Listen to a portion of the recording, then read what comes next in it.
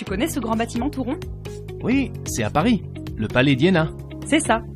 Eh bien, c'est le siège du Conseil économique, social et environnemental, le CESE. Ah oui, je le connais de nom. Mais qu'est-ce qu'il fait exactement ? C'est la 3e assemblée de la République, après l'Assemblée nationale et le Sénat, qui ensemble forment le pouvoir législatif. Le CESE, lui, est une assemblée consultative. Il conseille le gouvernement et le Parlement sur l'élaboration des lois et les orientations des politiques publiques. Mais qui sont ces membres ? On ne vote pas pour eux, il me semble. Non, ces membres sont désignés. Ils représentent la société civile, ce sont des femmes et des hommes de terrain. C'est-à-dire ? Ils sont désignés par les organisations dont sont membres les Françaises et les Français. Syndicats de salariés, de chefs d'entreprise, d'agriculteurs, d'artisans, par des représentants de l'économie solidaire, des associations mutualistes, familiales, étudiantes, environnementales, humanitaires. Le CESE, c'est par exemple la seule assemblée constitutionnelle dans laquelle les organisations de jeunesse ont une place. Un genre de France en miniature en fait. Exactement. Et tous ces membres dialoguent et échangent entre eux dans des formations de travail. C'est un peu le seul endroit où un chasseur peut discuter avec un défenseur des oiseaux. Ça doit être animé les débats. Ah, sans doute. Et encore un point intéressant, c'est l'assemblée la plus paritaire. Il y a presque autant de conseillères que de conseillers.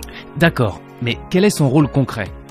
Au-delà de son rôle de conseil, le CESE permet de favoriser le dialogue entre toutes les catégories socio-professionnelles pour qu'elles aillent dans le sens de l'intérêt général. Grâce à lui, on sait jusqu'où les Français sont prêts à aller sur une réforme. Il contribue aussi à évaluer les politiques publiques. Et enfin, il collabore avec ses homologues au niveau territorial et international. Ok, et tout ça pour améliorer l'économie, la vie quotidienne et protéger l'environnement. Ça me semble assez abstrait quand même. Mais détrompe-toi, le CESE est un laboratoire d'idées qui a des conséquences directes sur notre vie de tous les jours.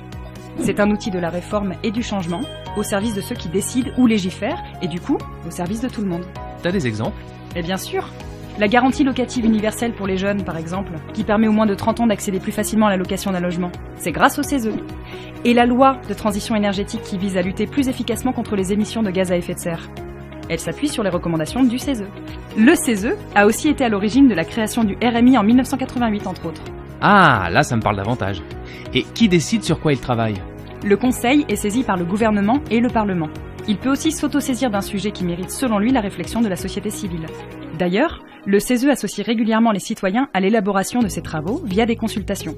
Et enfin, si tu présentes une pétition avec 500 000 signataires sur une question économique, sociale ou environnementale, tu peux aussi le saisir. Donc moi, simple citoyen, je peux demander au CESE de plancher sur un sujet qui me tient à cœur. Mais j'ai plein d'idées !